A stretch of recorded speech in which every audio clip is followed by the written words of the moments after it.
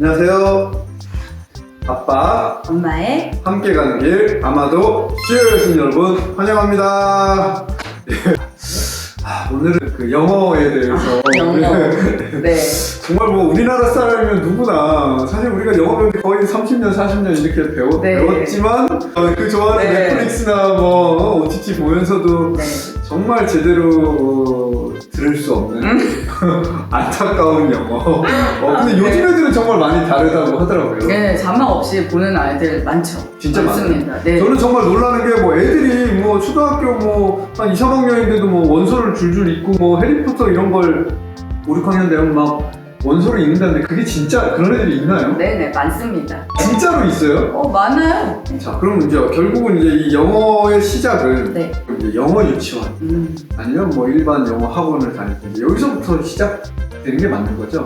그렇죠. 그럼 이제 엄마 아빠의 선택인데 영어 유치원을 보내는 거를 선호하시는 분들은 뭐 5세 때부터 혹은 조금 성장한 6세, 뭐 소변 대변 좀 가리는 7세 뭐 이런 식으로 본인들이 선택해서 이제 보내시는데 영어 유치원의 장점과 단점을 사실 다 알고 있어요. 이유는 큰아이는 일반 유치원에서 맑고 밝게 했고 인성 좋게, 작은 아이는 큰 아이가 이제 보내보니까 영어가 어느 정도 돼서 오는 아이들 친구들의 수준을 보니까 뒷목을 잡고 쓰러지면서 둘째는 영어 유치원에 넣었죠. 그래서 경험을 했고 실제로 영어 유치원에 좀 근무한 적이 있어요. 좀 했었어요. 선생님으로. 네. 가르치다 보니까 장점과 단점이 그 내부자가 되니까 명확히 보이더라고요. 영어 유치원의 장점과 단점이 명확하니까 부모님들이 잘 생각해보고 결국은 선택인 것 같아요. 고르는 거라고 생각이 들어요. 일단 우리가 사실 영어 유치원 그러지만 일단 유치원이 아니잖아요. 영어 유치원은 네. 사실은 영어 학원입니다. 그렇죠. 학원으로 네. 인가도 받고. 예, 아니죠. 그러니까 아이들이 다니기 때문에 우리가 유치원이라는 말을 붙일 뿐이지 네. 영어 학원인데 사실 이제 거기에 보면 외국인 선생님도 있고 네. 또 한국인 선생님도 있고 하실 네. 텐데 뭐 어쨌든 외국인들이 그래도 정규 교사 자격증이나 뭐 테솔 자격증 이런 거는 기본적으로 다 갖추고 있으니까 뭐 교육은 아무래도 돈도 그렇게 많이 주는데 제대로 되고 있는 건 맞는 건가요? 제가 경험해 봤을 때는 어떤 선생님이 되느냐가 참 중요한 것 같아요. 그러니까 제가 근무하면서 봤던 정말 좋은 외국인도 있었어요. 본인이 인성이 훌륭하신 분들 같은 경우에는 정말 좋은 교육을 하는 경우가 진짜 드물지만 있었어요. 그러나 대다수의 선생님들은 정이 없다 그래야 되나요? 약간 냉정하다 그래야 되나요? 되게 엄격하다 그런 느낌을 많이 받아서 그리고 그분들이 또 다 결혼 안 한 분들. 그분들도 어쨌든 우리나라에 와서 영어 가르치면서 좀 벌려고 네. 하는 사람들이지 어떤 내가 한국에 가서 한국의 아이들의 교육 영어를 더 네. 향상시켜야지 이렇게 온 거는 당연히 아닐 거니까. 네. 그렇기 때문에 어떤 사실은 5, 6, 7세는 보육이 굉장히 중요한 시기잖아요, 아이들이.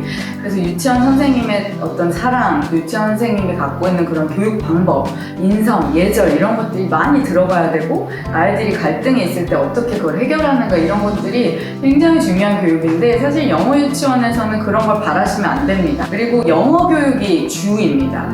어린 아이들을 위한 영어 교육. 그래서 유치원의 문제점이 이제 여기서 나오는데요. 첫째, 5, 6, 7세 아이들은 악력이 약해요.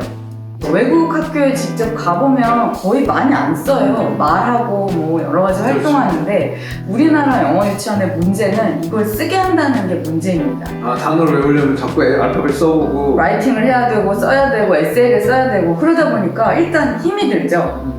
이거 잡기도 힘든데 엄청 쓰게 합니다. 근데 엄마들이 생각해 보시면 내가 200만 원 냈어. 내가 영어로 노래하고 활동하고 뮤지컬만 하고 못 써. 그럼 어머니들 그걸 받아들일 수가 없대요. 돈 아까워가지고. 네. 어떤 눈에 보여지는 아웃풋이 있어야 되기 때문에 영어 유치원에서도 뭐 그 사실을 모르진 않겠지만 많이 쓰게 합니다. 계속 써요.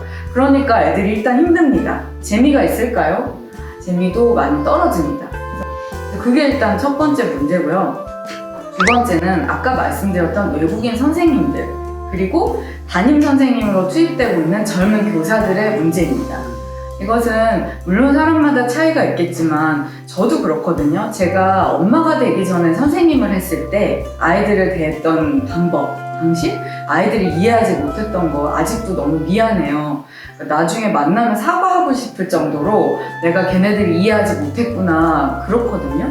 근데 그 젊은 분들이 이 꼬맹이들의 어떤 행동 발달 사항과 심리를 저는 이해하지 못할 거라고 생각해요. 갓 졸업하신 제대로 분들. 이제 유아교육이나 네. 뭐 어떤 그 우리 교사 자격증이나 이런 거 없이 우리 교과를 이해하지 못하면 네. 단순히 그냥 통제가 안 되는 네. 그냥 말 안 듣는 애. 네, 그거죠. 네. 그래서 저는 이제 아이 둘 키워본 엄마고 선생님도 했었고, 제가 수업하는 아이들을 대할 때는 문제 있는 애가 별로 없어요. 다 너무 사랑스럽고 하나하나 다. 그러나 그 아이들의 담임 선생님인 젊은 여자분은 너무나 화가 나 있죠. 다 문제야. 쟤는 저래서 문제, 쟤는 저래서 문제. 근데 제가 보기에는 그게 문제는 아니거든요. 근데 그런 걸 바라니까, 그러니까 그렇게 못하는 애는 문제한 거예요. 그래서 돈을 많이 내놓고 내 아이가 문제아로 혼나고 있을 수 있다는 걸 인지하신다면 영어 유치원이 글쎄 옳을까 좀 생각해 봐야 될 필요가 있다는 생각까지 들었습니다.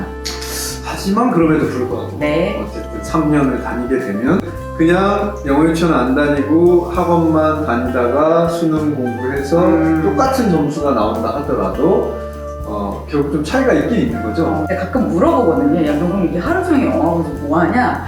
그러면 사실 뭐 뒤에 예체능부터 뭐 빡빡 뭐가 많은데 집에 가서 잘 때까지 영어 선생님이 붙는 애도 있더라고요. 그러면 영어 하고 또 영어 하고 잘 때까지 이것도 숙제가 엄청 많거든요. 이 과제를 또 선생님과 한다던가 그런 식으로 노출 시간이 이제 보통 유치원을 다니는 친구들보다 훨씬 많기 때문에 일단 7세, 8세 들어갈 때는 당연히 수준이 높겠죠. 안 다니는 친구들보다. 근데 이제 제가 우려하는 것은 아까도 말씀드렸지만 영어 유치원의 그림자일 수도 있는데 튀긴 애들이 많아요. 그래서 이것이 사실은 스트레스를 받은. 너무 받으니까. 왜냐하면 영어를 해야 돼. 많은 숙제를 해야 돼. 그 다음에 선생님이 화가 나 있어. 나를 이해하지 못해. 외국인은 더 무서워. 막 그런 것에서 오는 갈등? 그 다음에 친구들끼리도 많이 부딪히거든요. 그 나이 때는. 그렇죠. 아시겠지만. 전화도 많이 치고. 네, 그럴 때 이제 한국어로 충분히 선생님한테 얘기를 해야 돼요. 사실은 내가 화난 건 얘가 이래서 이런 거예요. 저는 억울해요. 해야 되는데 외국인들은 일단 애들이 그런 말을 못하고 두 번째는 얘가 영어를 더 잘해. 내가 너무 억울한데 얘가 더 잘하면 얘 리턴이야. 그러면 얘가 혼나요. 얘가 영어로 말했거든. 그런 억울한 상황도 말 받고. 근데 어머니들이 모르는 건지 알고서도 그냥 보내는 그래도 건지. 우리의 실력을 위해서 내가 참아야 돼. 네. 조금만 다 힘들어.